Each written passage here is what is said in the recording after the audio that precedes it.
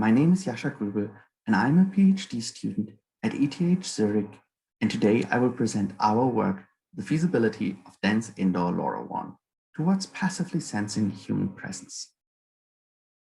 We started with the question whether we can obtain human presence passively from environmental sensor data indoors.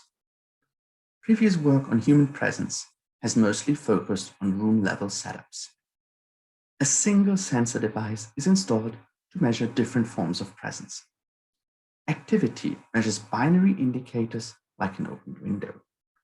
Occupancy measures whether anybody at all is in the room. Neither approaches produce spatial resolution within rooms. To get spatial measures, we need to produce a dense indoor sensor network, or DISN. This poses two major questions.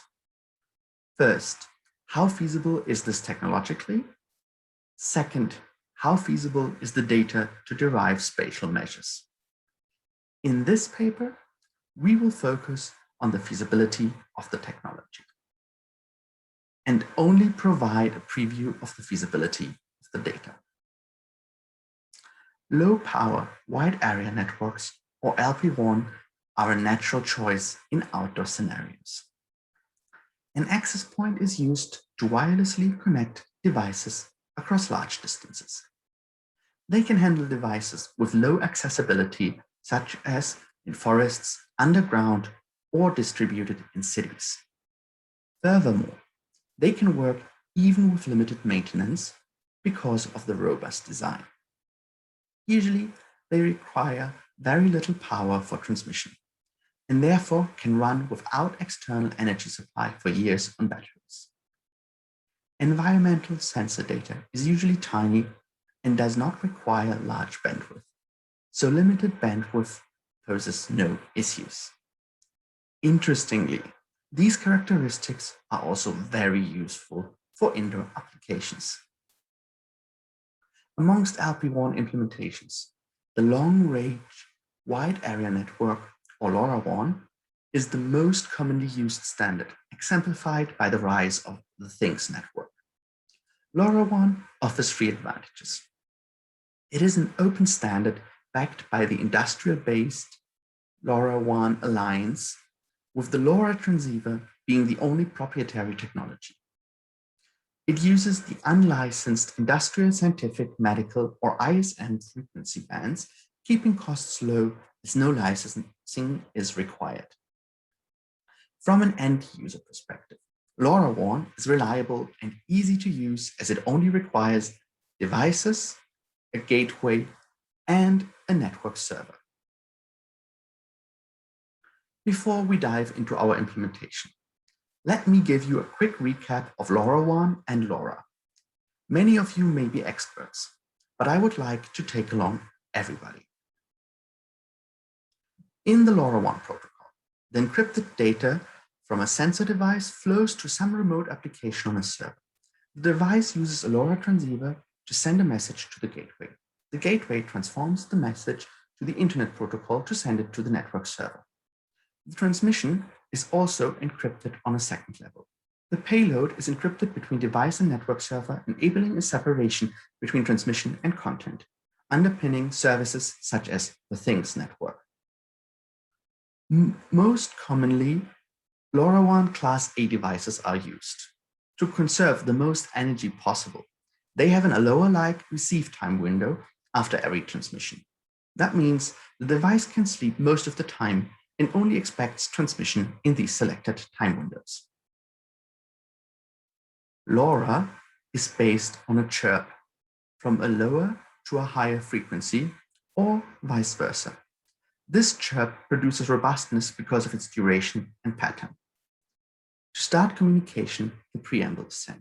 This allows listening devices to record the signal after the inverted chirp. The symbols are encoded by modulation. One symbol still consists of a chirp, but the starting point is cyclically shifted. The spreading factor defines the time that a chirp requires and indirectly the data rate that can be achieved. This entails multiple trade-offs between the data rate, how much we can send, the integration time, here a longer signal is better, and the number of transmissions. Here a shorter signal is better. Using multiple channels, i.e. base frequencies, and multiple spreading factors, i.e. chirp durations, allows for robust concurrent transmissions of messages because each chirp can be uniquely identified, as long as they do not occur on the same channel at the same spreading factor and time. Generally, the larger the distance, the higher the required SF must be to reconstruct the signal. We are not the first to apply this outdoor long-distance technology indoors, but previous studies have been small-scale or simulation-based. Usually, the study consists of a minimal viable design, one device, one gateway, and one network server, often moving the device around to get different measures. Hundreds of devices or multiple gateways have only been used in simulations. Even when data was gathered, usually very few transmissions were used to provide some descriptive data. We wanted to test and implement a real dense indoor sensor network that goes beyond simulations to test what happens in the real world. Let me start by giving you an overview of the key data of our system. We set up our BISN in an office building at ETH Zurich. We installed 390 sensor devices and 3 gateways across 8 floors and 21 rooms. The maximal transmission distance between sensors and gateways was 64 meters.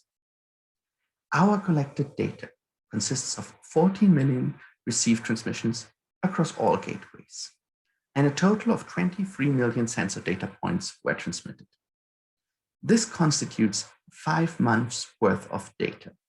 Because our goal is to study human presence, the system has been collecting data for 12 months now and is still running. Let me first give you a walkthrough the building, setup, and implementation. We start in a lecture hall in the building. 5 types of LoRaWAN sensors are placed out of sight in all public spaces of the building. We choose the types based on their ability to indicate human presence. Previous research has connected levels of CO2, levels of noise, and motion detection in particular to human presence. We transition to the virtual representation of the lecture hall in the digital twin. It is employed to manage the data and visualize the 390 sensors. Please note particularly the green nodes representing gateways. One is appearing from the left in the non-public part of the building 3 floors below. We can also see the 5 sensor types color-coded in cyan, yellow, blue, purple, and red. We transition to this schematic view of the building, where we show the 21 rooms across the 5 floors involved in our setup. To structure our system, a classicist 3-layer IoT model is applied. The data collection consists of a sensor network in the building. All 390 sensors use battery-powered LoRa Class A and are evenly distributed across floor space. The transmission is managed by a service-oriented architecture middleware. It consists of 3 independent modular components. First, the LoRaWAN gateway receives the sensor data and forwards it to the LoRaWAN network server for metadata augmentation, decoding, and decryption. Then, our own database server receives the sensor data and stores them in a PostgreSQL database with extensions to manage spatial and temporal data, PostGIS and Timescale DB respectively. Each component is independent and could be replaced with another implementation. The end user utilization is enabled through the digital twin we saw a preview just now in the fly-through. We base the digital twin on a development version of our open source platform for virtual reality data collection and analysis, EVE. Before we move on, let me draw the attention to 2 particular aspects of the implementation in the SOA middleware. The first implementation detail is about conserving energy with so many devices. we use a variation of adaptive data rate, or ADR, and link adaptation policy, or LAP. The network server performs a two-step optimization. In the ADR step, if the average of the last 15 transmissions crosses the SF threshold with a 12 dB margin, the SF is adjusted and the transmission power is reset to maximum power. In the LAP step, as long as the transmission occurs above the noise floor, the transmission power on the current SF is reduced. In practice, the second step mostly happens on SF7 as there is too little room for maneuver on higher SF. The second implementation detail is how to make utilization independent from the SOA middleware implementation. We employ representational state transfer hypertext application language, or REST-HAL, for communication between the database server in the SOA and the digital twin. This expansion of REST adds additional relational links and embeddings between entries. For example, here we see the metadata information on sensor 1. The type field is a reference to another REST entry. Instead of having to retrieve it manually, the embedding below provides it. The content on the database can thus be machine-readably explored. New sensor types can easily be added and used without having to expand the codebase elsewhere. With a detailed overview of the system, let's first look at the descriptives of the data to understand what we have at our hands. Let's start with understanding how our data was transmitted. Overall, our 14 million transmissions are unevenly spread across spreading factors, or SF. Each color bar represents a gateway, and they are grouped by SF. More than 90% of transmissions occur on SF7. A log scale is used to make the decrease in higher SF visible. Given the short distances involved, SF7 would be the best choice for transmission. We want to gain a deeper understanding why our system used higher SF. Dividing the transmissions by floors gives us more insight into the use of higher SF. Here, the bar color represents the spreading factor and is grouped by gateway and faceted by floor. Higher SF are used more often for transmissions the further we are from the gateway in the ground floor and below. This indicates that SF7 is limited indoors in its transmission capacity, even at short distances below 64 meters. Theoretical discussions on LoRaWAN often discuss the maximal capacity and the risk of destructive concurrent transmissions limiting the system. We would like to know whether this is the case in our system. Here's a quick reminder from the definition of chirps.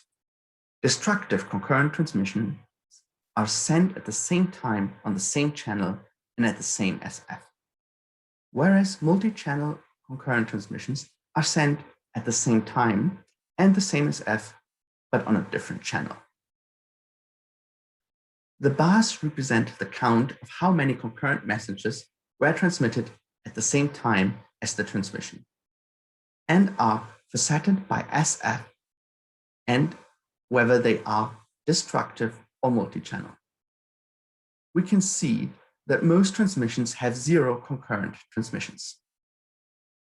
The occurrence of large concurrency drops off exponentially, note the log scale, especially for destructive messages.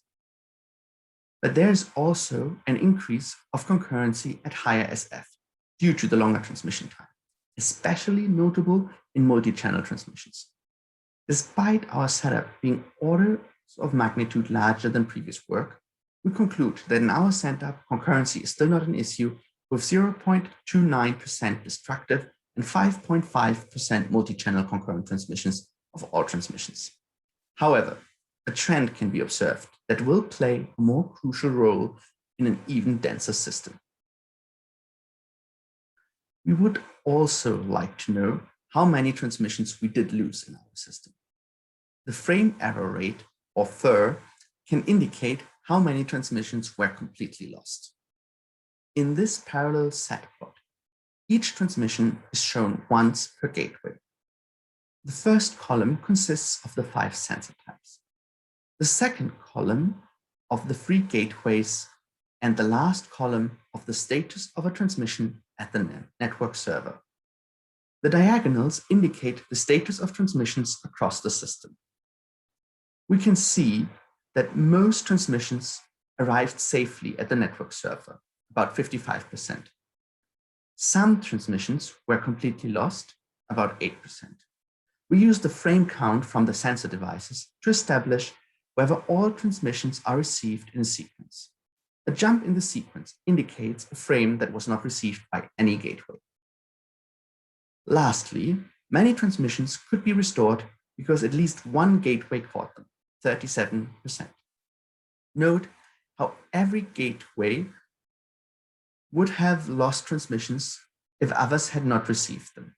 Furthermore, pay special attention to gateway 3, which is on average more than 30 meters away from the sensors and requires restoration of many transmissions. We have reviewed the transmission type, concurrency, and the lost messages. Going beyond the overall reception of messages, we would like to understand the maximal transmission distance to ensure that all sensor devices have good coverage and as few messages as possible are lost. Here, we show the RSSI and SNR of a random sample of transmissions by signal strength and distance, colored by the floor level and faceted by the SF. The approximate noise floor is indicated in purple. We use a less interpolation of the average RSSI and SNR to indicate signal strength with an increasing distance from the gateway. Note how beyond 30 meters, the signal quality strongly diminishes and quickly reaches the noise floor shown in red. Beyond descriptives, we also constructed a model of the transmission indoors to make predictions on how to best place sensors. We used a mixed model to account for multiple transmissions from the same sensor. We also split the data by SF to account for an uneven number of transmissions per SF. The formula represents a model with the indices I for the devices and J for the transmissions. The constant represents the signal quality at transmission at the device. The distance variable serves as a linear black box factor to account for signal shadowing and multipath fading. The floor variable accounts for the ceilings and the interactions separates the floor from the distance. The concurrent variable accounts for destructive concurrent transmissions. The B variable groups all Q transmissions from the same sensor devices. The points in this graph represent the sensor gateway connection, with the opacity representing the signal quality. The y-axis is scaled by the floor, and the x-axis by projected meters from the gateway located at 0, 0. The real sensor gateway distance is represented by the diagonal, but points are slightly jittered for visibility. They are faceted by SF, RSSI, and SNR. Our mixed model predicts a conservative maximal transmission distance for each floor, left to the white line. While several transmissions were received beyond our threshold, they had a much lower signal quality. Note how gateway 3 lost more transmissions and indeed is outside of our model prediction. A gateway every 30 meters and 5 floors ensures signal quality and redundancy. In short, the 30 times 5 rule. We showed you how LoRaWAN can indeed scale up to the requirements of a dense indoor sensor network. We also showed that transmission distances indoors are much shorter than previous work claimed. However, it remains highly competitive with other technologies such as wireless LAN that requires more power or Bluetooth that offers less coverage. In contrast to previous findings, the number of floors matters a lot. To sum up the results of our modeling, we recommend to use the 30 times 5 rule of placing one gateway every 30 meters and 5 floors. The model we use to arrive at these values is conservative because multipath fading and signal shadowing are too complex to simulate or simplify. Therefore, in the real world, we actually achieve a better performance than our model. But we want to ensure transmission quality and therefore stick with our conservative recommendation. We also investigated concurrent transmissions, but in our setup, they play no role yet. Nonetheless, a trend is visible that may require action in even larger setups. We established that LoRaWAN can be used to collect the data to study human presence. However, we wanted to explore the data quality as well. Since we do not have a ground truth for comparison yet, we limit ourselves to a small case study based on the COVID-19 related lockdown in spring 2020. We take the COVID-19 induced lockdown as a natural experiment influencing a variance indicator that summarizes the 23 million data points by room and hour. The lockdown removed nearly all human activity from the building. A reduction in variance should thus be caused by the absence of humans. In turn, the absent component is consequently caused by human presence and not by environmental factors. We compare this variance in an office hallway with the permanently staffed lobby where essential personnel resides. During the lockdown, variation in the hallway reduces strongly in contrast to the steady pattern in the lobby. Afterwards, the trend in the hallway slowly increases as lockdown measures ease. In contrast, the lobby has nearly the same cyclical pattern throughout the whole observation period. If you're interested in more details on the human presence data, we can discuss this in the Q&A session that follows. To conclude, our proof of concept goes beyond simulation to demonstrate the effective application of LoRaWAN indoors and offers us a way towards passively sensing human presence indoors. We also introduce the 30x5 rule for how to place gateways indoors for dense indoor sensor networks to ensure signal quality and redundancy. Thank you.